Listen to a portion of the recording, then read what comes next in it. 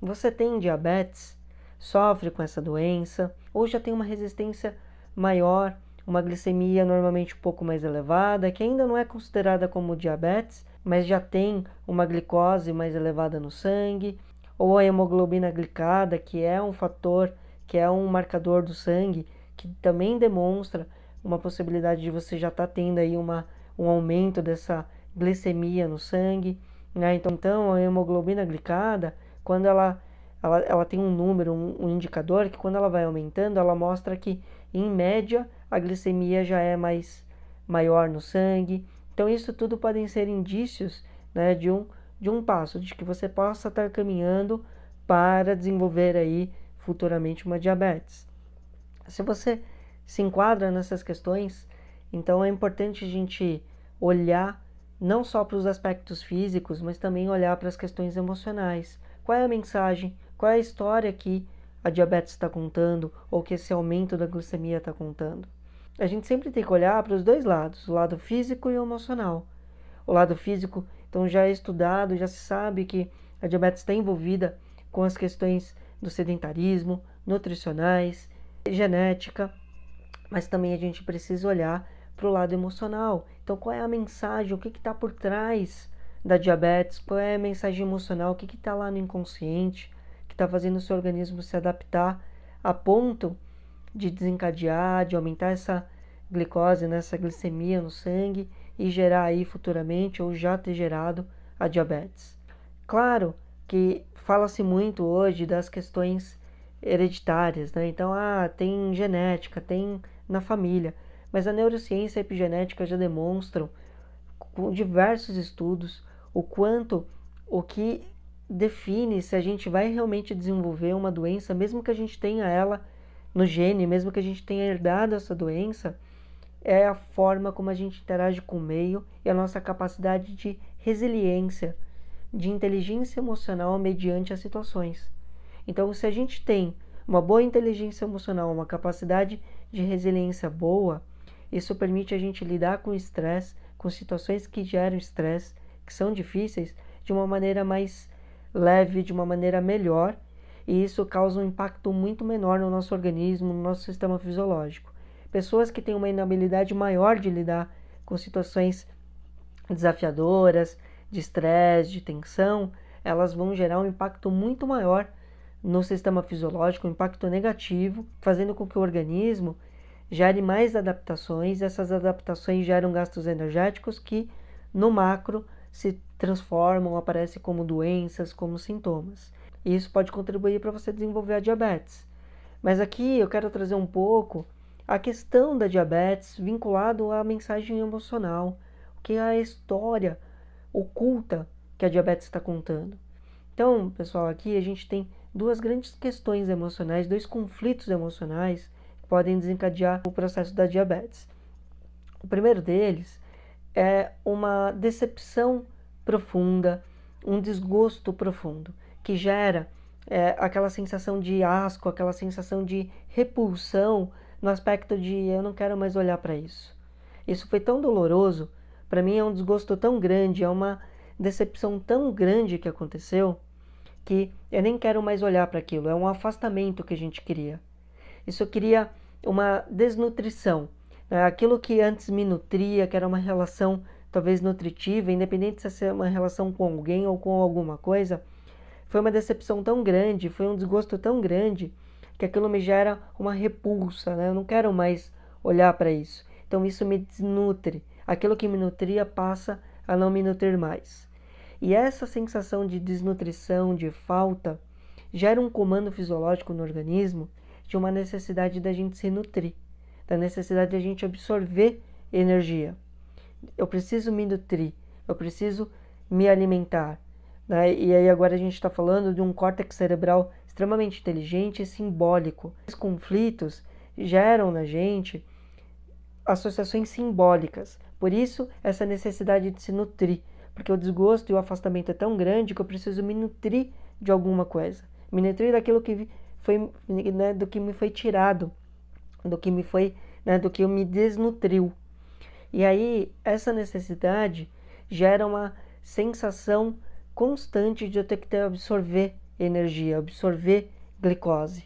E aí eu aumento a minha produção de insulina porque eu tenho uma necessidade de absorver glicose. E aí com isso começa a gerar uma necessidade do organismo se alimentar, porque eu vou precisar de mais energia. E aí a gente fica com aquela sensação de sempre estar com fome, de estar com fraqueza e precisando sempre comer e se alimentar. E isso, com o tempo, pode gerar o quê? Uma memória. E aí essa memória é o organismo falando, pô, eu preciso sempre manter, sempre fazer muito esforço para manter a glicemia regulada. E aí você cria uma resistência à insulina para poder manter a glicose no nível mais adequado no sangue.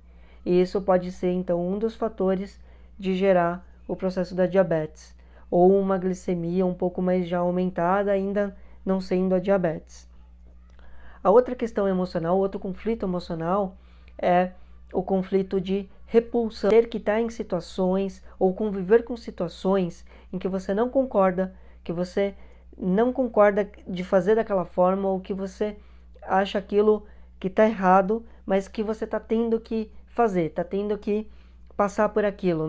Você não consegue achar outra saída. Por exemplo, isso pode ser muito comum em situações no trabalho, em que você está sendo obrigado ali a fazer coisas, obrigado a fazer coisas que você não concorda, que você não quer, e aquilo começa a te causar repulsa. Então você começa a ter repulsão em relação àquilo. Isso gera uma necessidade de estar em alerta, de brigar, de confrontar, constante. E aí essa necessidade de ter que brigar, de ter que confrontar, vai dar um comando para o organismo em que ele tem que manter a glicose mais disponível no sangue para que os músculos tenham uma ação rápida, tenham energia rápida para poder brigar, para poder bater ou correr, para poder lidar com aquela situação de ameaça, de necessidade ali de urgência de briga. E aí o que acontece? Isso faz com que diminua a produção de insulina para você poder manter a glicose mais ativa no sangue.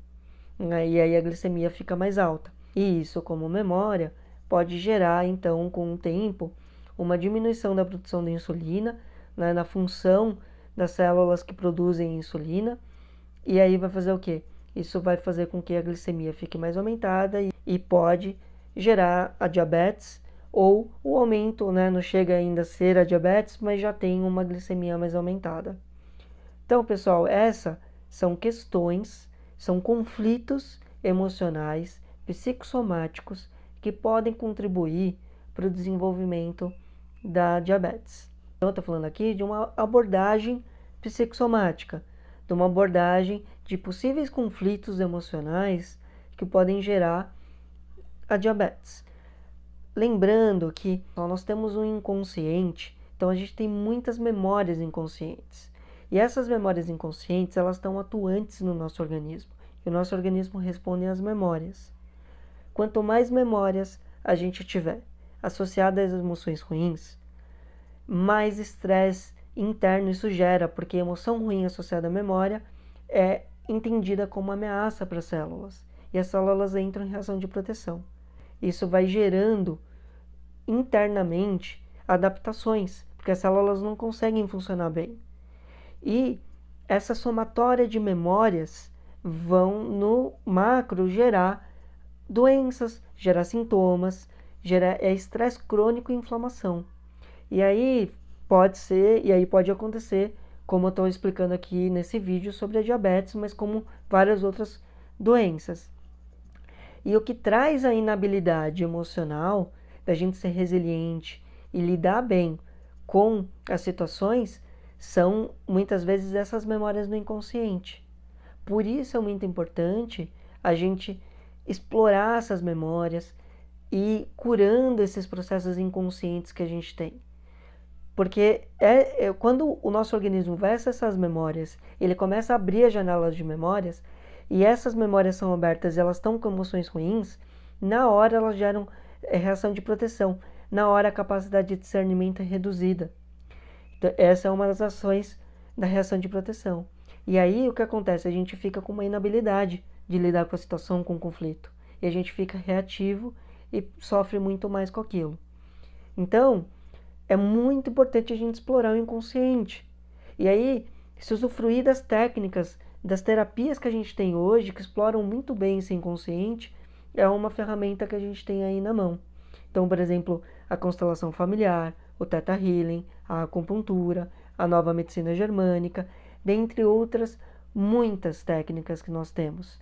As que eu pratico e as que eu utilizo são essas que eu citei, por isso eu estou falando delas. Mas a gente tem hoje muitos recursos.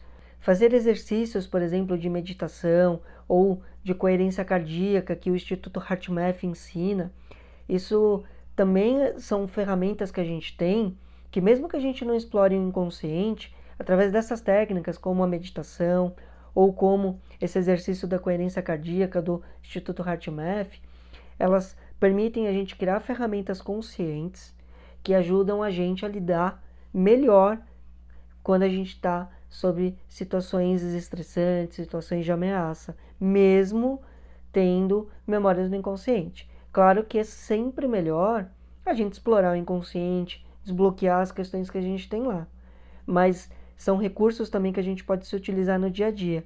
Então a inteligência emocional, ela é formada na nossa capacidade consciente, como a gente muda a nossa percepção consciente em relação às coisas, e isso tem várias ferramentas que a gente pode utilizar, como também desbloquear o nosso inconsciente. Então, por exemplo, um projeto que eu tenho, que é o Cura pelo Hábito, junto com o Claudio Cotter. O Cura pelo Hábito, nós escrevemos 2 livros e temos um curso online. E o que é o Cura pelo Hábito? Estratégias de forma consciente, ferramentas que a gente ensina através da compreensão profunda da nossa biologia e de como a gente pode mudar a nossa percepção, e a mudança de percepção gerar um grande ganho na nossa resposta a estresse, situações difíceis do dia a dia, situações de ameaça. Então esse é um outro recurso que eu estou contando aqui para vocês, que é o Cura pelo Hábito, um recurso consciente. Lembrando, deixando claro, é muito importante a gente somar forças. Então, explorar o inconsciente, explorar o consciente, isso traz para a gente uma habilidade, uma capacidade de resiliência enorme. Então, pessoal, se você se identifica, se você acaba tendo aí esse diagnóstico da diabetes, ou já tem uma resistência maior aí, com uma glicemia mais alta, né, uma hemoglobina glicada mais alta, ou outras questões, busque ajuda, explorem o inconsciente de vocês com essa demanda, essas técnicas que a gente tem, que são muito boas e vai trazer uma qualidade de vida muito boa pra gente. E também se utilizem de ferramentas conscientes. A gente tem muitas ferramentas para serem utilizadas que vão também auxiliar nosso dia a dia, tá bom? Então é isso, pessoal, até mais.